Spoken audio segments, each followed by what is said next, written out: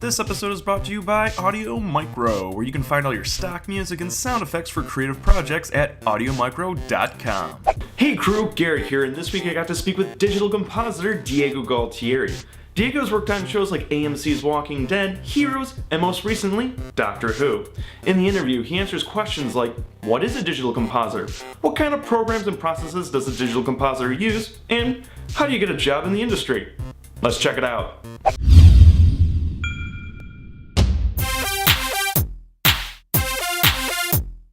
For the viewers that don't really know much about digital compositing, could you give your own kind of definition of what digital compositing is? Sure, compositing is to assemble different images from different sources. And your source images could be clips filmed with a camera, or still pictures, matte paintings, or 3D renders. Yeah, I've been dabbling with compositing myself over the years. I go to use primarily After Effects as my program of choice, but I'm sure you use probably different compositing programs, maybe like Nuke, but what are your programs you like to use most? Actually, at Target, we use After Effects. We are an After Effects company. We have a pipeline based on After Effects. We have proprietary tools and to automate lots of tasks and batch shots to do several shots at the same time. What made you decide to get into digital compositing? Sure. When I was a kid, I loved making movies, and I was shooting with Super 8mm camera and a big, very rudimentary effects with it. And then when I grew up, I saw Jurassic Park, and I said, oh man, I want to do this. So but it wasn't until later that I got enough money to come here to the States. I'm from Argentina. And where did you go to school? I went to the Academy of Art College in San Francisco. Now it's called Academy of Art University. What kind of degree did you get in particular?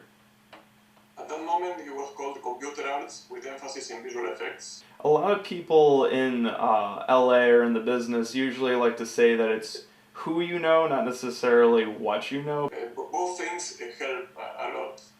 I'm glad I did school because it gave me a lot of notions of perspective, for example, of cinematography. I took film school classes, and they were really helpful, and they really helped me when I'm working every day. So I'm glad I went to school. And I've known several artists that are very talented and they were self-taught. It helps a lot, of course, who you know to get your foot in the door. Yeah, I know. The film schools in general also come with a very large price tag attached to it, so I know it's a huge deterrent for a lot of kids these days who aspire to have those kinds of jobs to be able to still drive for that as well. I was just kind of wondering, is Stargate Studios your first position job? Was that your first studio, or have you worked for multiple studios in the past? No, my first job was at a company in Glendale called E equals MC squared. How did you get the job at E equals MC squared? It was hard. Nobody would call me back or an interview or anything. And then finally I got a call from this company. And then they told me about the project. And for 2 weeks working as a test.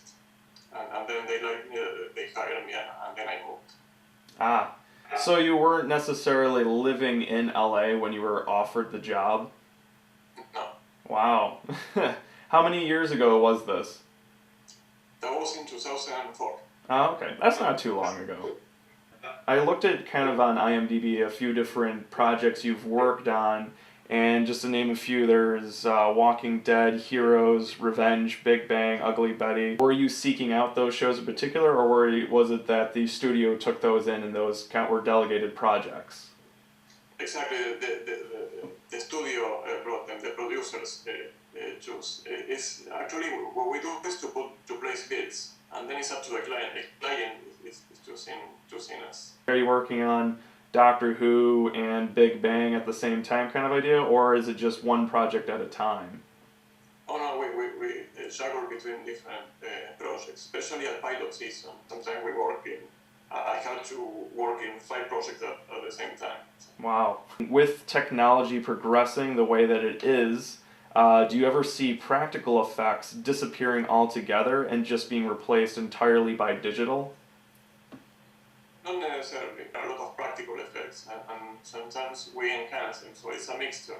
just to wrap up, I was wondering, for someone who doesn't live in the LA or New York City area who has a passion for post-production, do you have any advice for that person on how they can get their foot in the door and get a job in the business? I would say first they need to find out what kind of artist they want to be. Are you a mud painter, a 3D artist? And then based on that, find out which companies would you like to work the most, where they are. So if you have any company you want to work in your area, then that's great. And put your best effort to make a good demo reel and apply. But if you can't get there, then you have to start applying to in other areas like I did. Great. Well, thank you, Diego, for coming on the show. You're very welcome. If you'd like to learn more about Diego and see what he's done, check him out on his website at diegogaltieri.com. Thanks for watching. I'll see you next time.